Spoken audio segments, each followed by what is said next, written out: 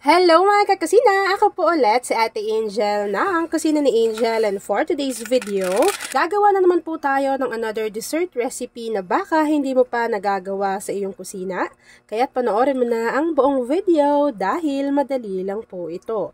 So una, naglagay po tayo dyan nitong ating Menu Magic Leche Flan Jelly Powder. So ito po 24 grams na yan dyan. Kapag nailagay na natin yung ating jelly powder, tutunawin po natin yan sa 2 lata ng evaporated milk. So, ang gamit po natin dyan ay si Marie Evaporada. So, isang lata po nito ay meron na siyang 380 grams. Alam nyo naman si Marie, mura lang yan sa market. Pwede nyo na yung bilhin kasi po ito yung isa sa pinakamurang evap na nakita ko on market.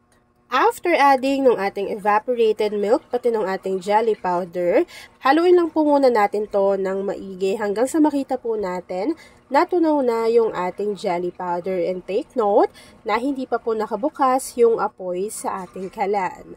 Tapos, kapag napansin nyo naman, natunaw ng maigi yung ating jelly powder, pwede na po nating buksan yung ating apoy sa ating kalan over medium to low heat. So, habang hinahalo ko yan mga kakusina at hinihintay po natin na kumulo yung ating leche flan jelly mixture, please don't forget to like and follow yung ating Facebook page, Kusina ni Angel. Kung meron ka ring Instagram, paki-follow na rin ako doon, Kusina ni Angel.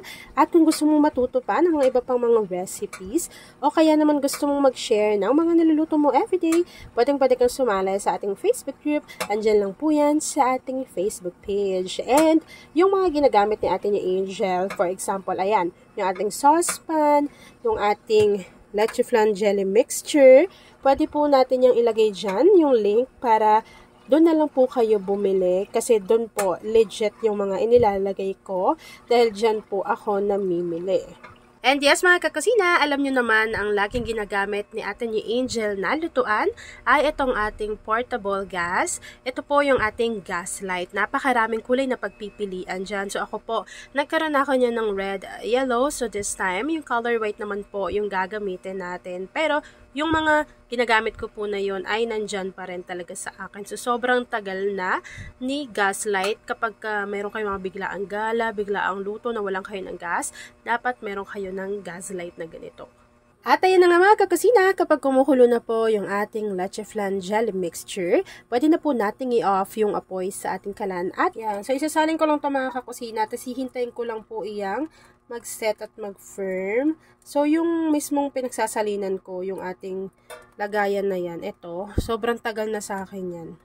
Ito na yung nag-set natin or ginawa natin kanina na leche flan jelly mixture. Tignan nyo naman, oh, kapag evaporated milk yung ginamit natin, ganyan yung kanyang itsura, para siyang leche flan na agad.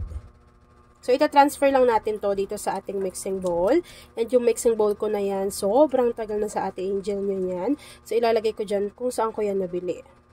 And then, kakailanganin na po natin dyan ng avocado. So, ito po ay 2 piraso ng avocado. Medyo malaki yun. Tapos, hiniwa ko ng ganyan kaliliit. After adding ng ating avocado, kakailanganin na rin po natin dito ng red kaong. So, ito po ay hiniwa ko lang ng maliliit. Tapos, isama na natin yan dyan sa ating mixing bowl. And then, kakailanganin din po natin dito ng buko. So, ito po ay pinakayod ko na. Nasa sa inyo naman kung gaano karami. Pero ito po, 2 piraso lang yung binili ko.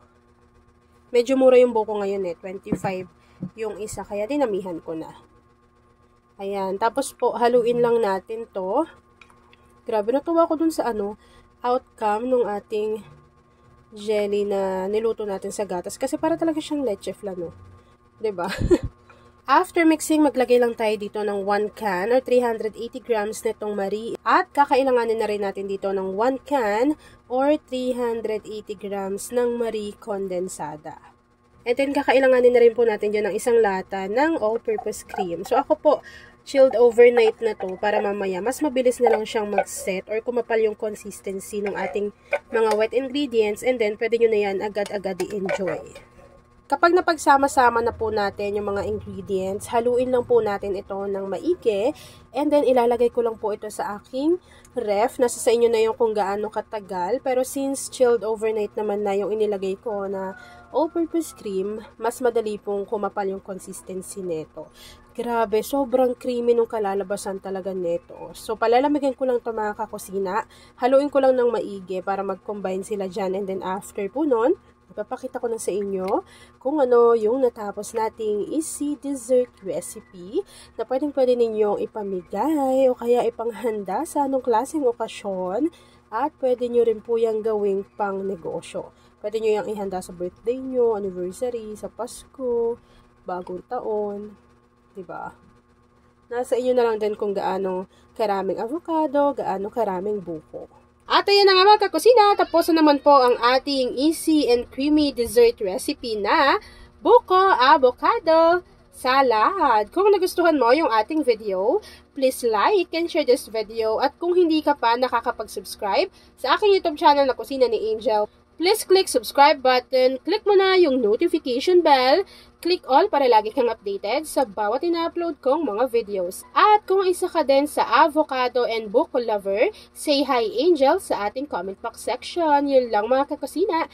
Thanks for watching and enjoy this video. Pakishare ng ating video, lalo na kung isa ka sa dessert lover.